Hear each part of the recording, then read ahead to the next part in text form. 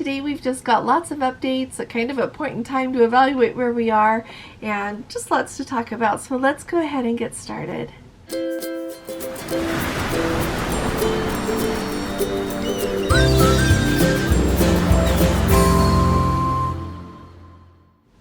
Hi there, this is Allison with Let's Go Travel Tips.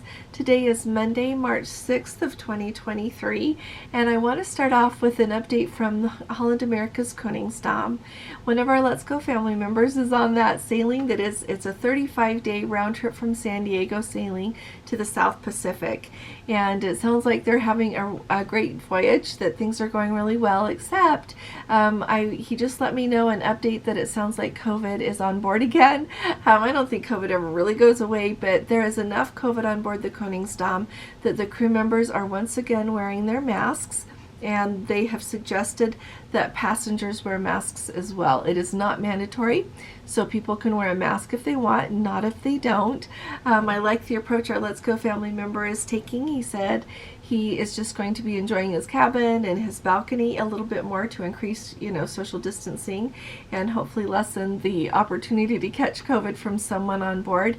But the reason that I think it's really important to tell you about this is I'm not in a panic about it. Clearly neither is our Let's Go family member, but I think it's really important that as we go zipping along and planning our cruises and thinking about what we want to do for travel, just to remember that COVID isn't going away, and whether we are going on a cruise or on an airplane trip, or we're going to church or to the store, sporting events, family get-togethers, whatever we're doing, that there is always a risk to catch COVID. And so keep in your mind just how you're going to navigate that if that happens to you, and decide what risks you're willing to take.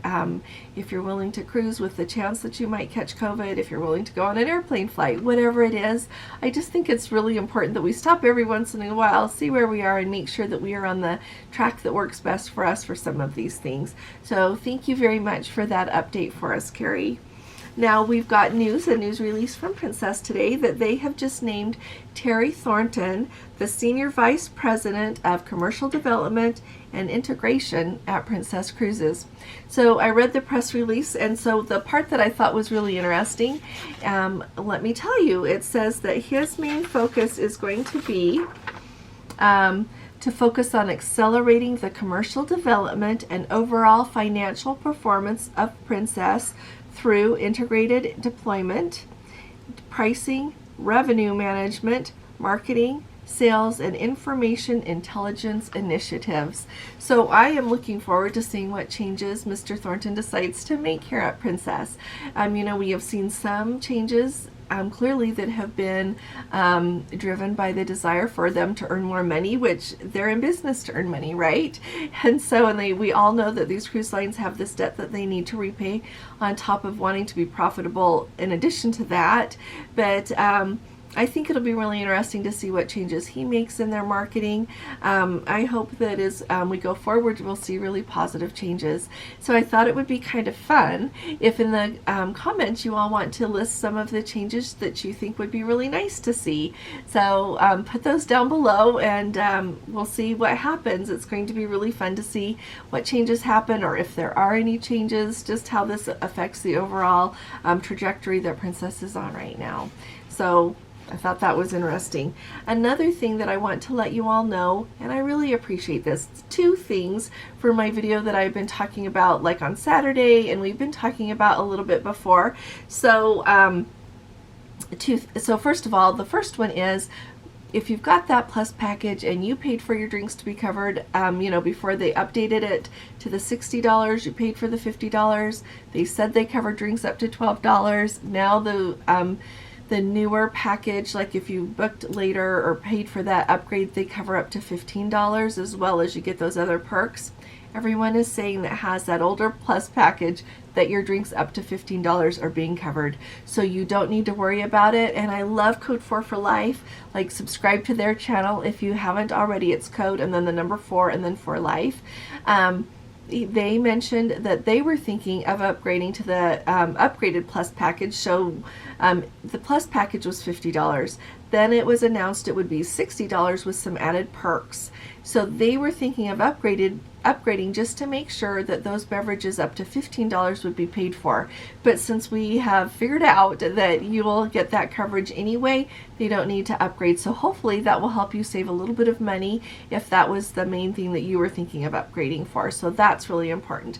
The other thing that I think is amazing, thank you all for letting me know that you are getting your medallions mailed to you for free if you've got that Plus package.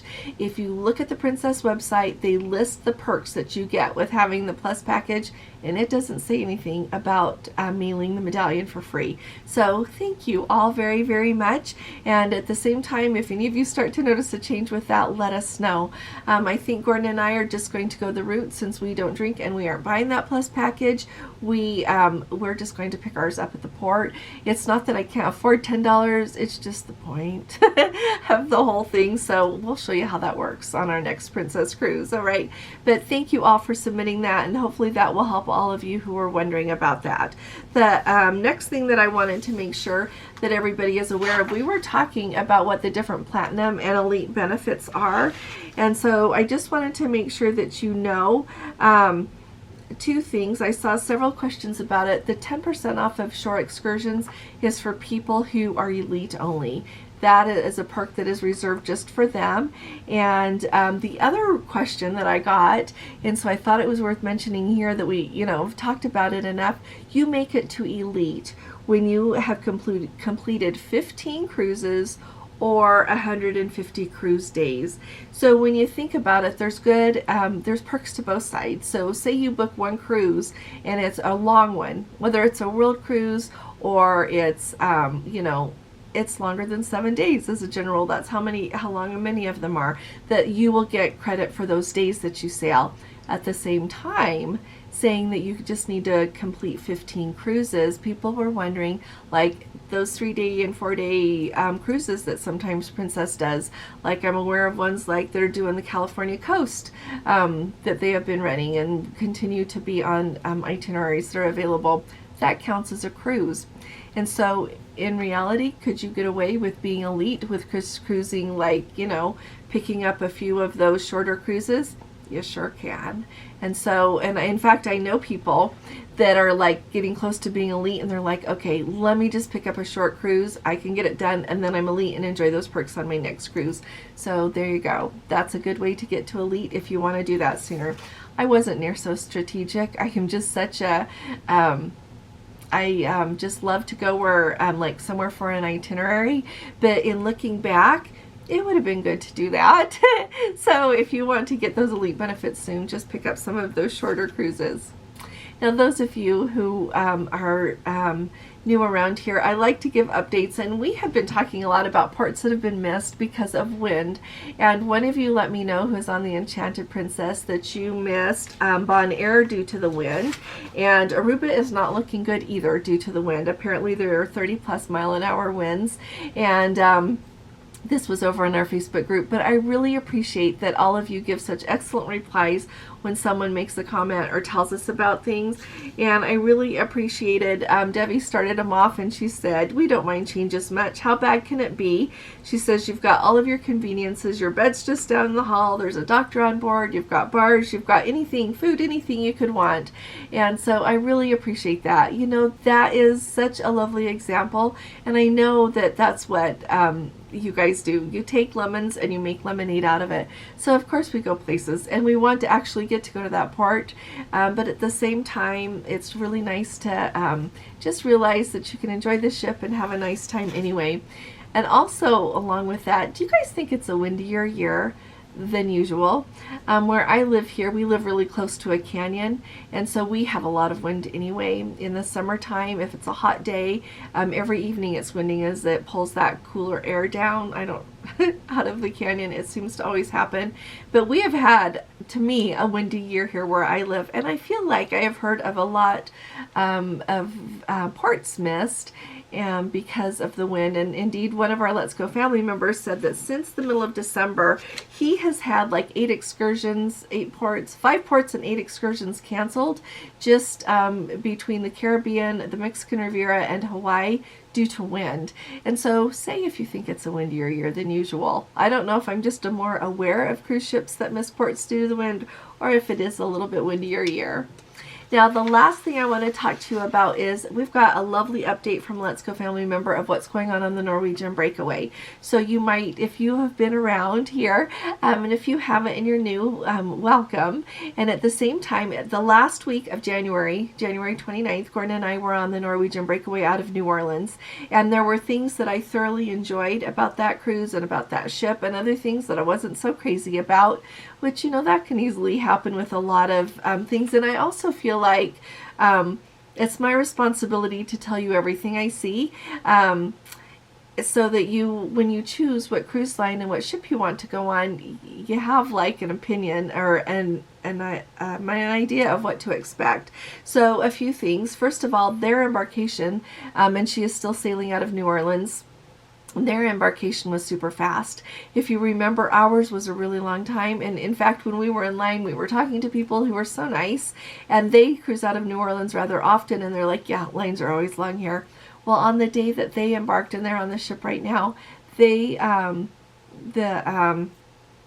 embarkation was super fast, and so that was lovely. From when they got there to when they were on the ship was 35 minutes. You can't beat that.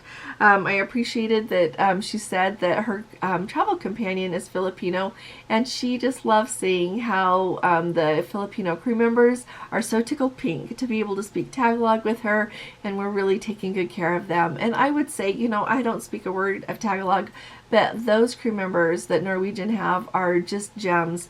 They just take such good care of everyone. They do a really good job. I would say the crew, well, as with every cruise line, the crew is their greatest asset, but Norwegians, I think, really does live up to it. She said that they had extensive visits with crew members, and indeed they have had their pay cut.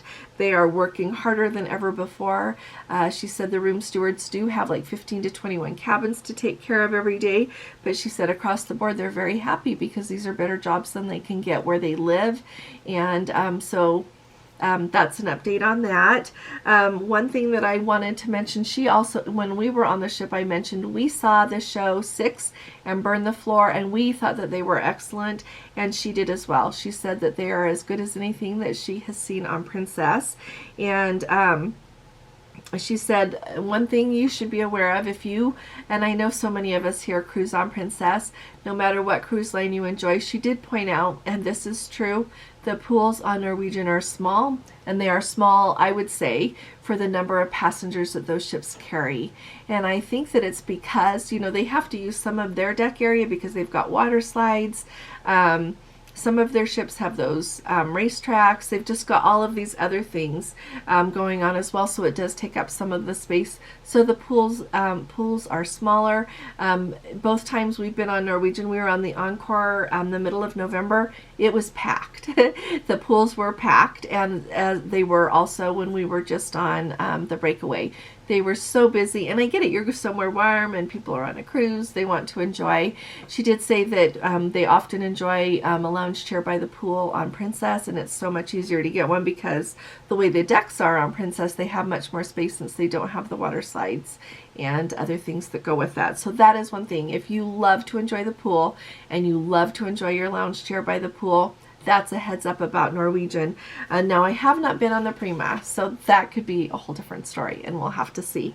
But I did want to let you know that. And like even when we were on just on the Breakaway, we went up one day thinking we were going to find a lounge chair somewhere by the pool in the pool deck, and once again it was just packed, and we never went that there was any space, so that's okay. But I just thought I would let you know. She said the food was better than they expected. They really enjoyed their cruise on Norwegian. She said, yep, they're Princess at heart, enjoy Princess the most, but they are going to go on Norwegian to some places that Princess doesn't go.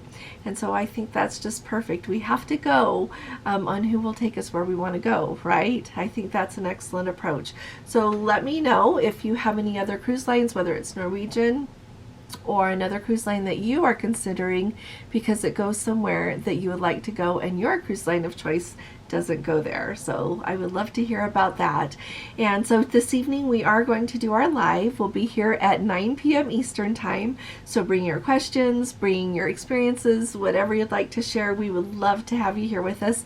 We have an amazing people come to our lives, and we have the best time. So I'll look forward to seeing you then. And if you haven't subscribed, please do subscribe. We need you in our Let's Go family.